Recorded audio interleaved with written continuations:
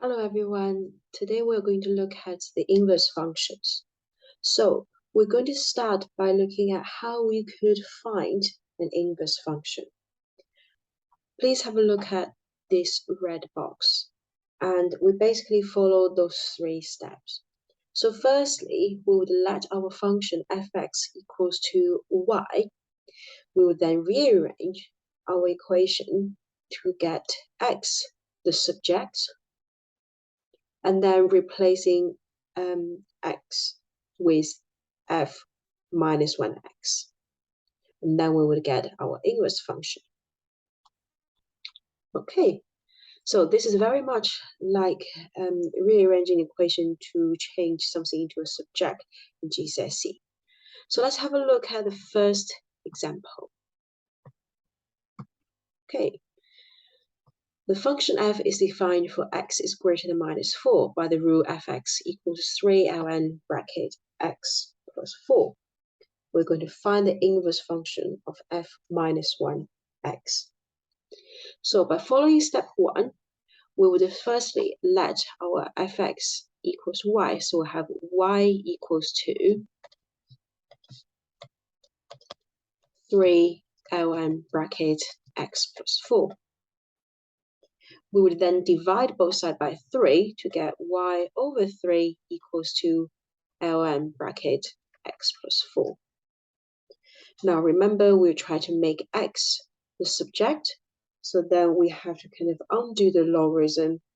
And we notice here we have ln, which means we have a base e. So that means we will have x plus 4 will equals to e to the power of y over 3. If you're not quite sure how I swapped it from this step to this step, what you also can do is you can do e to the power on both sides of the equation. Then you'll notice that e to the power of ln, the effect will cancel out, so you end up with just the x plus 4. Okay? So then finally we can get x equals to e to the power of y over 3 minus 4. And our final step, we simply need to change our x into f to the power of minus 1x. And also the y will have to get replaced by x. So we'll get e to the power of x over 3 and minus 4. Okay, let's have a look at another one. Find the roots for the inverse function of f(x) equals to 3x minus 1 over x plus 4 when x doesn't equals to 4. Right. So again, the first thing we do is to let this function equals to y. So we have y equals to 3x minus 1 over x plus 4. Then we're going to rearrange our equation to make x the subject. Now, here you have to be careful because we have a fraction on the right-hand side. So to get rid of the fraction, I would multiply both sides by the denominator, x plus 4. Okay. So on the left-hand side, I'll end up with y bracket x plus 4 equals to, on the right-hand side, the denominator and this x plus 4 will cancel out, so I only end up with 3x minus 1. Then we would expand the bracket to get xy plus 4y equals to 3x minus 1. And then the next step, well, remember we have to make x the subject. So we want to put all the terms with x to one side and everything else goes to the other side. So here we have xy and the 3x. They are both the terms with x inside. So we want both of them to be on the left-hand side. Let's do that. So we have xy, take away 3x, and that equals 2. So that means the 4y will get taken to the right-hand side. So we have minus 1 minus 4y. And then on the left-hand side, notice that both terms have x, which means we can factorize the x out to get y minus 3 equals to minus 1 minus 4y. Then, to make x a subject, I can divide both sides by the bracket y minus 3 to get minus 1 minus 4y over y minus 3. So, some people may have done it in a slightly different way, and perhaps you don't really like all the negatives in your fraction. So you might have decided to multiply top and the bottom of the fraction by minus 1. So then you'll end up with 1 plus 4y over 3 minus y. They're both the same, they're both equivalent fractions, and they're both correct, just depending on which way you've done, okay? Right, so then after we've done that, the final step, we have to change the x into the inverse, so f minus 1x equals 2. We have to replace all the y's with the x. So we have minus 1 minus 4x over x minus 3. Or if you've written it a different way, you would have f minus 1x equals to 1 plus 4x over 3 minus x. And that's the end. Okay, so now let's have a look at the relationship between function f and the inverse function. So once you know how to find the inverse functions, there are a couple of very important facts you need to know about them. When you're finding the inverse functions, you switch the inputs and the outputs. So on the graph, you're basically switching your x and y axis. So let's have a look at this graph. On my graph, you can see that the blue curve is the original function fx. Okay, now when I draw the inverse function, which is the red one, remember we're switching the x and y value, which means that the graph of the inverse function will basically be the mirror image of your original function along the diagonal line y equals x. Okay, and that is because you're switching your x and y around. So that means, for example, if I pick a point, you can see this point here. Originally, this point has coordinate 0 and another y value. And when we do the inverse, you can see that the x coordinate is not 0 anymore, but the y coordinate is 0. So you can see you have switched the x and y value around. And another thing you have to notice is that because your function fx and the inverse function, they are the mirror image along the line y equals x, they actually intersect each other on the line y equals to x. So they're both actually, the crossing point both lies on the line, okay? So we sometimes can use that to solve an equation. And we'll look at an example later on. Right, something else you need to know is that if I have a function and then I basically do and I undo a function, that means it takes back to where you start. Okay, so if I do a function of the inverse function x, that give you basically the input of x. Or if you inverse the original function fx, again, you end up with just the x. Okay, it's kind of like if you do an input of x into a function and then you go backwards again, you end up with x. Okay, so it's kind of like that. So x, it's like your input, you put into your function fx, so that's your input, and then you generate an output. But then if I then want to carry on and do my inverse, you kind of take the output backwards, and then you'll come back to x again. So the effects cancels out. You end up with x again. Okay, let's have a look at an example. So here we have a graph, y equals to hx is shown below. We're going to sketch the graph of the inverse function.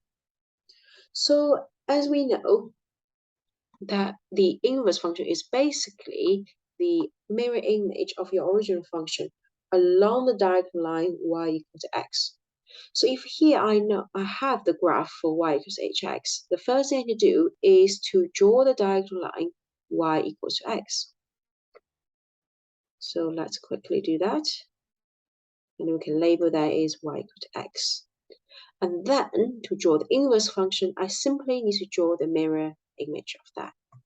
So I can see across the y equals x on this point here, and I can start from here. So my inverse function will go over here through this crossing point, and it would cross the y-axis at point -1 here. And it would cross the x-axis at some point here.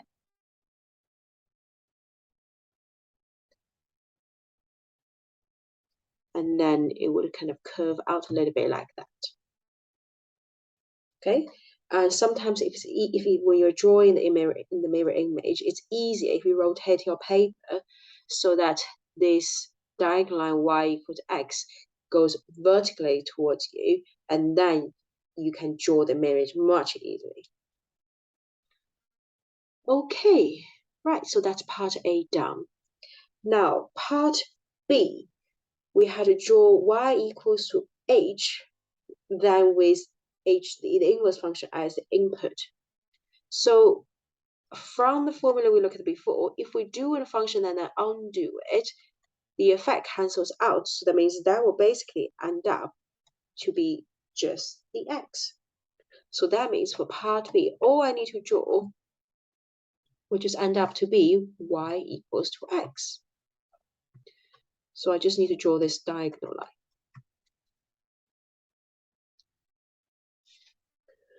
Okay,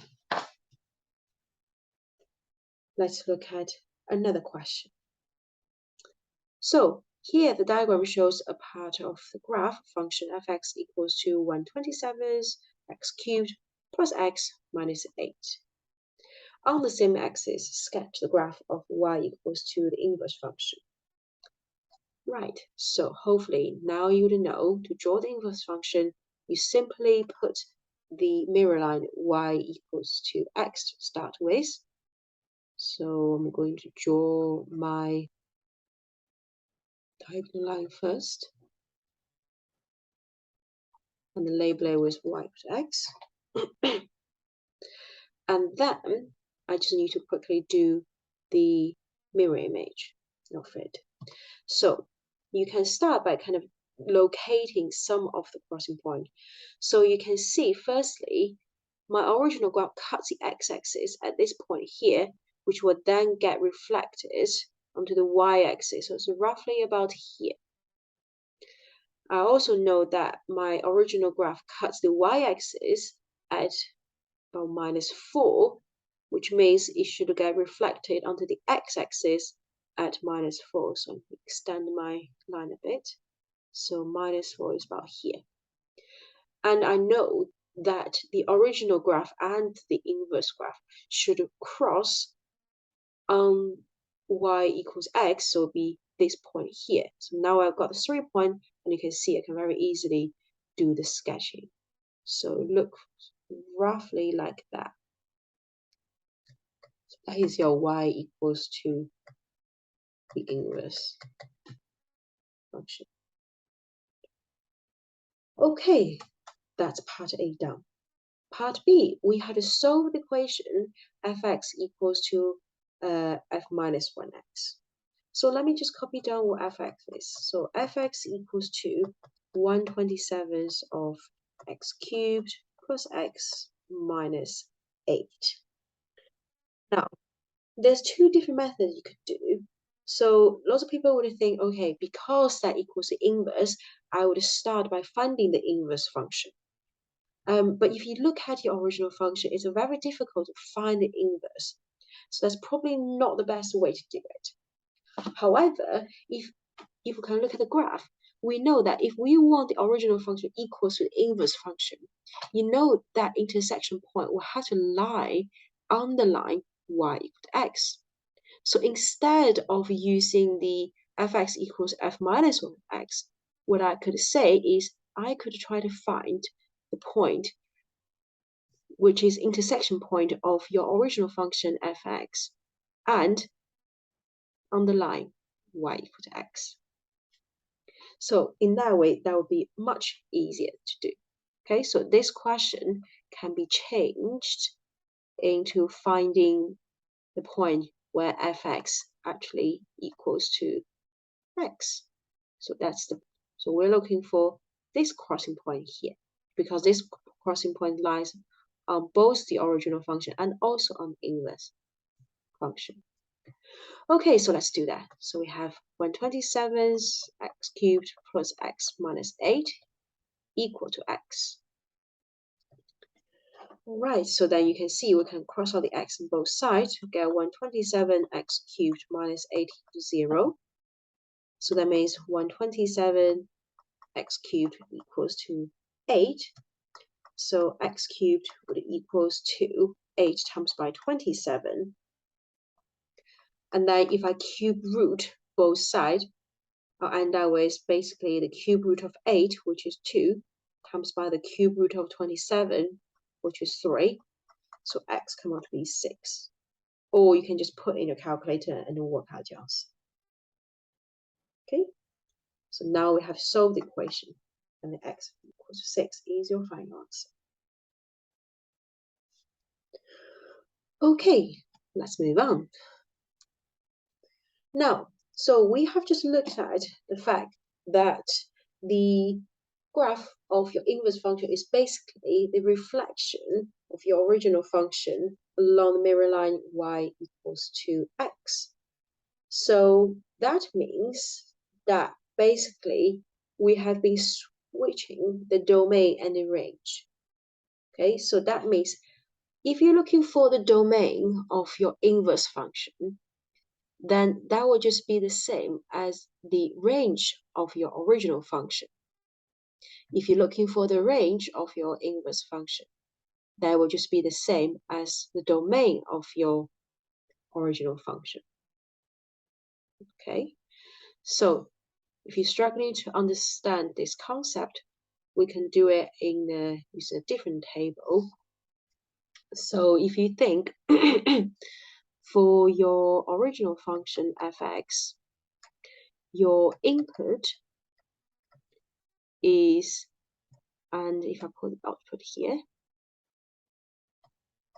okay, so the input of your original function will become the output of your inverse function. And the output of your original function will become the input of your inverse function. Because we talked about before, your x and y has swapped. Okay? Now, then you can think, what is input? Well, input is the domain, and the output is the range. So you can see from this table here, if we're looking for the domain of your inverse function, that is basically the range of your original function. If you're looking for the range of your inverse function, that is the domain of your original function. So sometimes if you struggle to remember the relationship between them, it's probably easier to do a table and then just do the arrows to show you exactly what is what. So let's have a look at an example.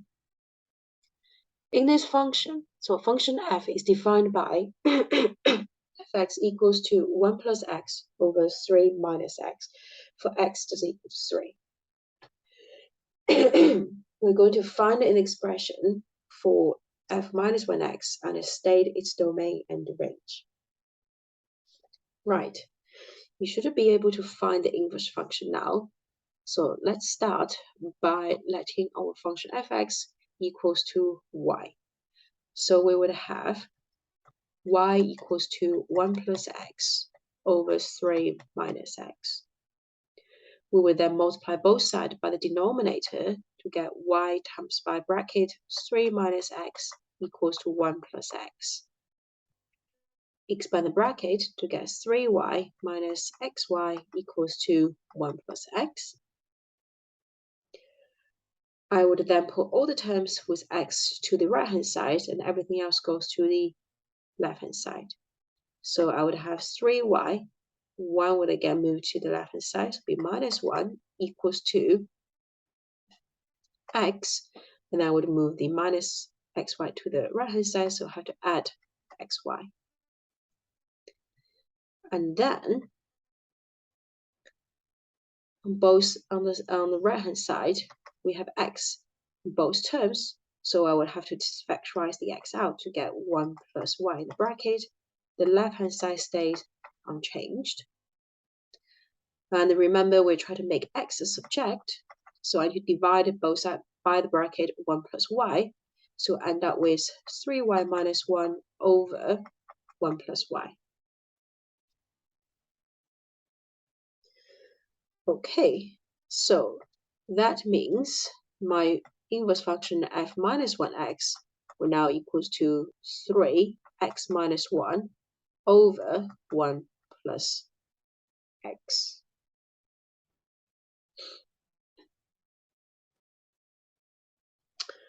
Okay, now we have done the inverse.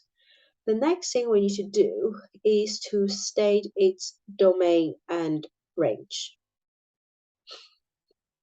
Right. So we can do a table. Well, so in this case, if we do a quick table,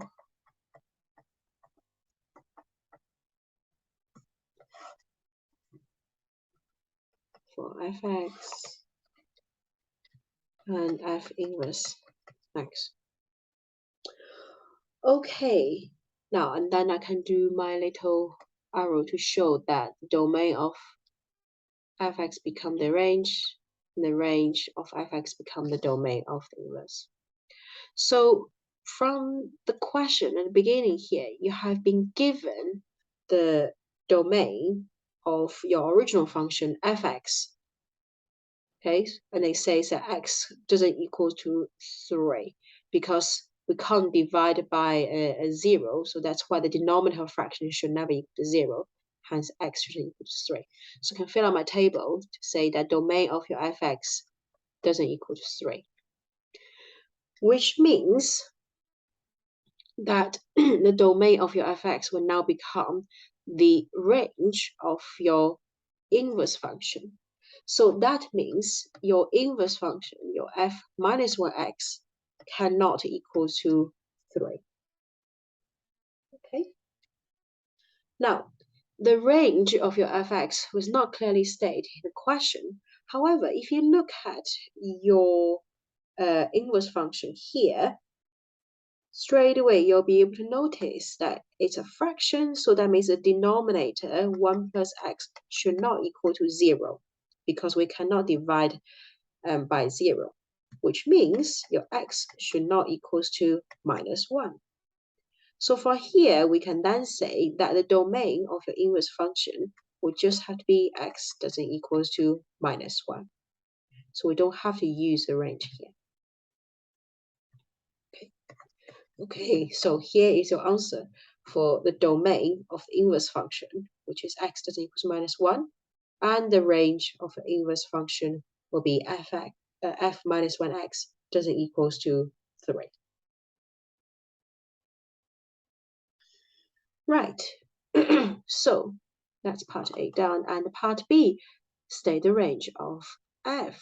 Okay, so that's a link. We can use this. We can definitely use this table to help us with part B. So part B is asking for this range of your function fx, and we have already said that the range of your fx become the domain of your inverse function. And we worked out that the domain of your inverse function is x doesn't equals minus 1, so we can go backwards and then say that means the range for your original function f(x), it can never equals to -1. So the range of function f(x) is basically that it doesn't equals to -1. Okay? So again, if you're struggling to figure out domain and range for the inverse function, please do draw a table, put the arrows, and then it will help you finding your domain and the range. Okay, right. Now you can pause for a little bit and try the questions in exercise 2D. Right, next, we'll have to consider, when does our inverse function actually exist? So you need to remember that only one-to-one functions actually have inverse function. Okay? So this leads to one of the most important use of domains. By restricting the domain, you can turn any function into a one-to-one function, which allows you to find its inverse function. So let's have a look at this example. Find the largest value of k such that the function f(x) equals to x minus 3 squared. X is less or equals k is a one-to-one function. Okay.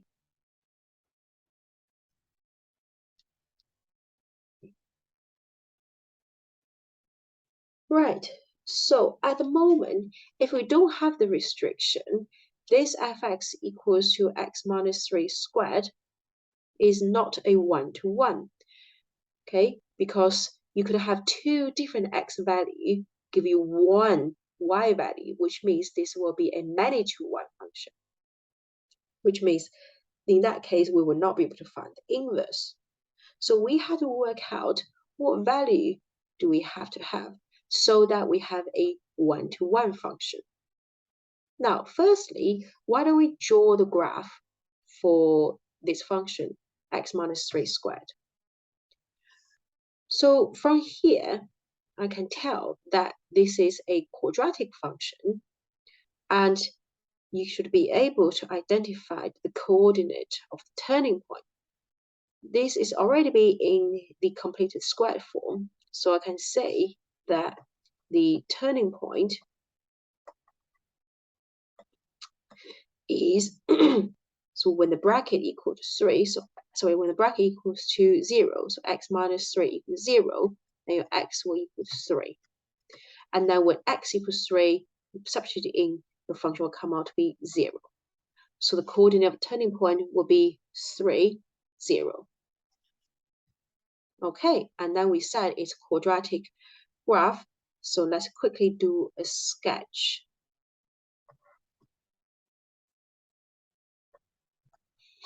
Okay, so my turning point is resting on the x-axis, goes to 3.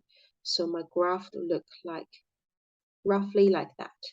Okay, right, and here it says x will has to be less or equals to k to make it become a one-to-one function. So you can see basically you want to decide, you can put a ruler across, cut across a line and see at which point will my graph become a one-to-one. So that means only one x value pointing at one y value. So you can see that if I put my line here, that means one x value can only give you one y value. When we go over this line, you can see if for every y value, I could end up with two different x values. So that doesn't work. So that tells me that for this function to be a one-to-one function, I have to have the line of go through the turning point. So that means x will equal to 3. So that means when x is less or equal to 3, we have a one-to-one function.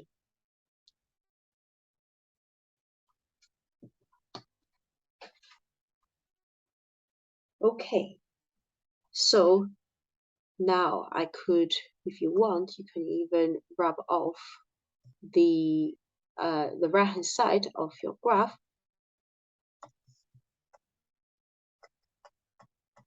So that means this is the part of the graph that we don't need. We only need the left-hand side. Right. Let's look at part B. For this value of k, find the inverse function and state its range. So let me just open a new page. Okay, so part B, we're going to find the inverse. So our original function fx equals to x minus 3 squared. To find the inverse, we'll then let y equals to x minus 3 squared. Now, here I would have to square root both sides to get plus minus y equals to x minus 3. And then I would make x a subject to get x equals to 3 plus minus y. Okay, now if we go back and we have said for this function to be a one-to-one function and then the inverse to exist, we have to have x to be less or equal to 3. So if your x has to be less or equals to 3, then that means that we can only have x equals to 3 minus square root of y.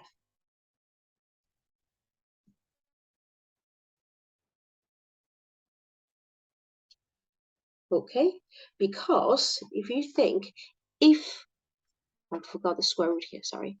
Okay, so if you think we have the plus 1, now remember anything square root, so square root of y can only be a positive number. So if I have 3 plus a positive number, then this number will have to be bigger than 3. But then we already said x has to be less equal to 3. So that means we can't have the plus sign. We can only have the negative sign in the middle. So when we do 3 minus a positive number, whatever the answer we get, it will have to be less or equal to 3. Okay, so that means our f minus 1x will equal to 3 minus square root of x. So this is your inverse function.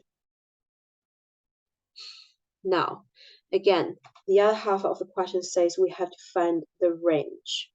Okay, so again, if we're not quite sure, we can very quickly draw this table.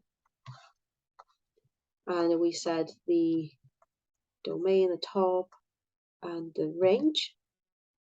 So we said that the domain of the original function become the range of the inverse function, and then the range of the original function become the domain of the inverse function. And this question is asking for the range of the inverse function, which means if we go backwards, we're looking for the domain of the original function. And we have already worked out in part A, the domain of your original function fx is x less equals to 3. So if I fill into my table, I can straight away see that that will give me the range, and the range will become f minus 1x, and which is less or equals to 3. So that is the range of your inverse function.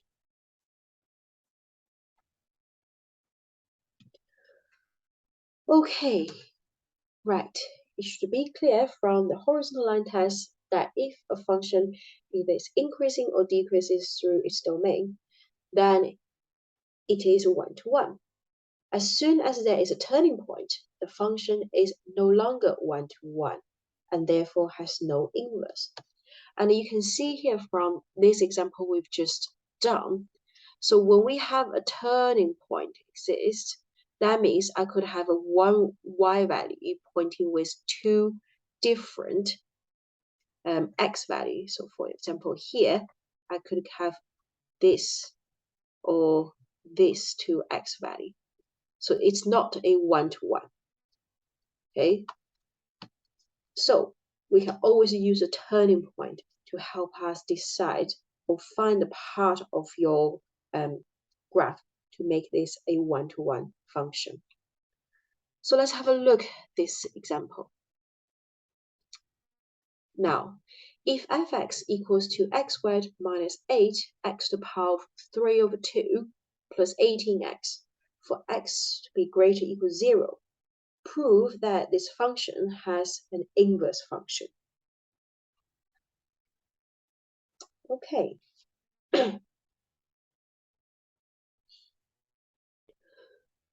Right. So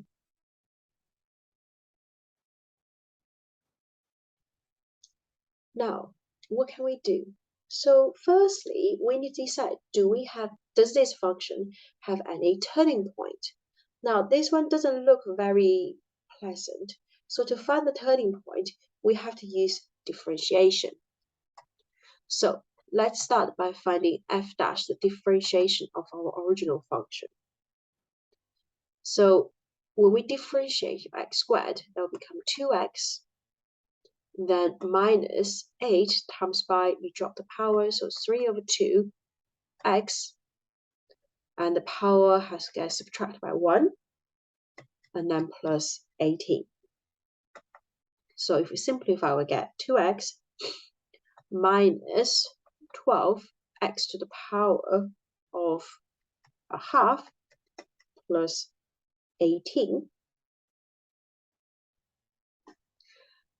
and that will become, every term has an even coefficient, so I can take the 2 out and get x minus 6x to the power of a half, then plus 9. Right, and if we look at the bracket, this is actually the disguised equation. So if I write on the right hand side to show you, right, you can see that I could rewrite my x into x to the power of half and then squared minus 6 times by x to the half and then plus 9. So that means, well, you can either factorize, or you might have noticed that you could complete the square for that one, and then it actually come out to be x to the power of a half minus 3 squared. Okay, so now we can put it back. So we have 2 bracket x to the power of a half minus 3 squared. So this is the differentiation of your original function. Now, next, what we notice is that for my differentiation equations here, okay, this bracket x to the power of half minus 3 and then squared, this is always greater than or equal to 0. So if I write that down and show you, so that's greater than 0. And then if I multiply by 2, this equation will still stays greater than or equal to 0. And then you can see that tells me that my differentiation f dash x will always be greater than or equals to 0. So what does that mean if your differentiation is always greater or equals to 0? Well, the differentiation tells you the gradient of your function. So if your differentiation always comes out to be greater than 0, that means your function f(x) will have to be an increasing function.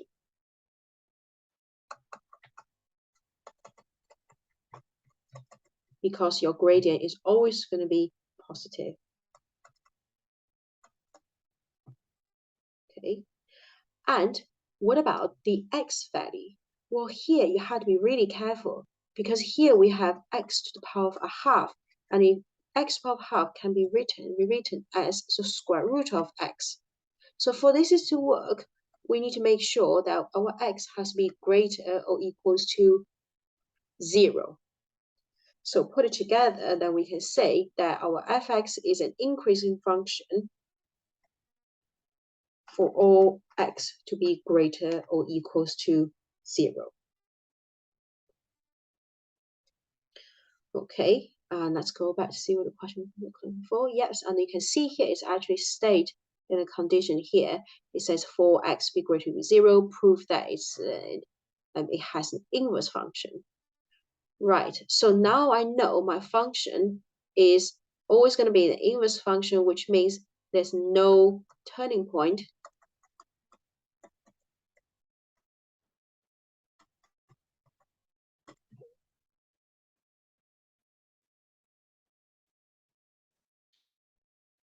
Okay, sorry. What I should say is there's no multiple turning points, because you could have one turning point, and that just means that if you stop at that one particular turning point, your graph will still be a one-to-one function. Okay, so now we can say that hence your function f is a one-to-one. So it will have an inverse function. Okay. Right. So in conclusion, you need to remember that if a function has a multiple turning points, then it cannot be one-to-one. Okay. Right. Next one. Two things you have noticed. In a previous example, we said that if the gradient is greater or equal to 0, then the function is increasing. But this might not be true if there's asymptotes or if any breaks. So you can see in the example here. So on the left-hand side, I have the graph for 10. And you can see we have an asymptote. So although the graph is increasing, but you have a break because your graph tends towards the infinity. And if you look at the other one, you can see that this curve on the left-hand side is an increasing function. However, after the split, the curve on the right-hand side actually is a decreasing function because your gradient is getting smaller. Okay, so the two graphs are shown here. They both have positive gradient, but they're not always increasing. So you just have to be careful with it. Now, although a function increasing or decreasing implies that it is a one-to-one function, the converse is not true.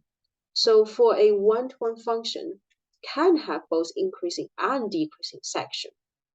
So for example, if you look at this one, our function f(x) equals to x when x belongs to is greater or equals to 0 but less than 1, and f(x) equals 3 minus x for x is greater or equals to 1 but less or equals to 2.